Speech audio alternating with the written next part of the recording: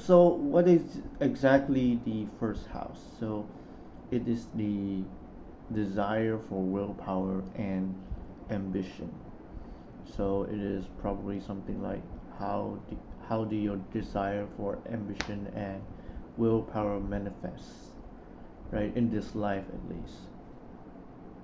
So, for example, probably someone has a lot of energy and drive to achieve something like sports achievements, right? Sports achievements in when his first or her first house, when his or her Aries falls under first house. Someone who has Leo under his or her first house probably desires recognition or even something like, oh, I wish I have this specific title, right? You know what I'm saying? Like Leo usually is like that. They desire for ambition and willpower for certain titles, specific titles.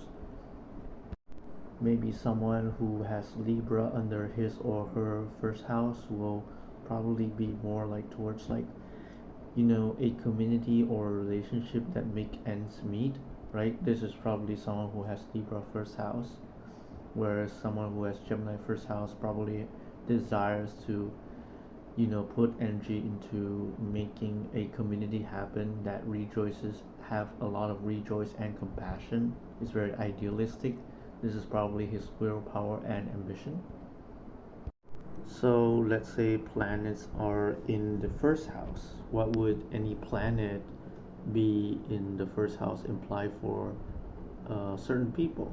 For example, Mercury in the first house probably probably has a lot of inner rejoice, emotion, and compassion when it comes to uh, maybe for example Mercury Leo, right? He pursue and chase after titles and specific like recognition and achievements, but he's also like very compassionate in helping others, like recognizing others like eminent qualities and stuff.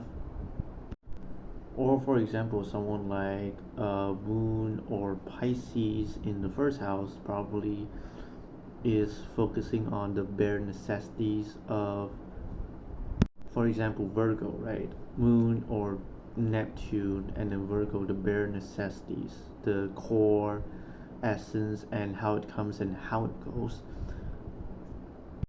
And while Virgo in first house probably also requires you to pursue, when you pursue these kind of medicine, you tend to be a little bit more humble, lack of conceit, pride, or arrogance, or even narcissism, because of you need to have right worldviews of self in relation to the world. If you have something like Mars or Sun or Jupiter, these fire planets in your first house, probably means when you pursue a certain goal or ambition or a willpower, you probably um, be more rest assured about yourself. So this is very important because if you have any fire planets in your first house, it is good to have something emotional that is rest assured about yourself, but this is like one of the hardest ones to like balance because it's not particularly something like very, it's definitely not something very easy to understand. Like earth planets, it's something like you subdue your wrong views in regard to yourself relation to the world, right? So a lot of rules exist because you need to put away conceit and pride properly, not improperly. And then, well, like, sure, nature, it doesn't have that kind of like water planets in first house, like Moon, Pluto, and Neptune, doesn't necessarily have that emotional reassurance of fire planets like Sun, Mars, and Jupiter. But like, I think it was the bare necessities, right? People are not very easy to have follow into wrong views of the self in relation to the world when they only have bare necessities. Like, for example, this body is important, right? You need to have this body to continue doing, like a samana doing a samana's work, a monk doing a monk's work, and a people who practice the middle path will continue to do work diligently if they have a proper body to make sure their perceptions are well controlled. So this is important. So not necessarily water is basically bad. It just like out of a necessity, he needs it, especially for we as humans. There's the natural order that we need to keep our body sustained for a with more difficulty. So this is not easy to, right? It's not something like fire is. Fire has some kind of stubbornness, so it's kind of a little bit more difficult compared to the other two planets, groups of planets, the earth and the water. So I'm not saying that you should not have restlessness about your ambition and willpower, but it's a good idea to learn from others, especially something like like hermits and samanas, or something like priests and philosophers, especially philosophers who have heavy knowledge and formulation about is there a possible past life, right? There are certain like schools that teaches there's a possible past life and rebirth cycle. That is very important. And finally, if you have a seventh house, generally, if you seventh house also does not have a planet, then you don't need to look at specific.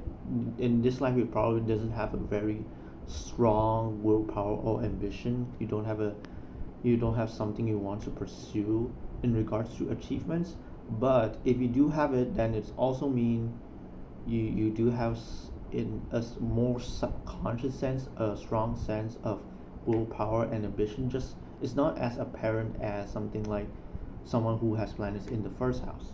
So let's say someone's Jupiter is in the seventh house. So someone's Jupiter, that means Mercury is in their first house. You can basically say that. Same thing about um, Mercury Jupiter, right? Jupiter 7, Mercury first, Sun 7, what is it? Uranus first, and then the others opposite. The others are similar, opposite to how they work in the astrology system. Sun and Uranus are opposite. Neptune and Mercury are opposite. Mercury and Jupiter are opposite. What else? Moon and Saturn are opposite. Uranus, Aries and Venus are opposite, and Venus and Pluto are opposite. So these are the six opposites. Okay, that is all for today. The explanation of the first house in astrology, at least in my opinion. Thank you guys for listening. Goodbye.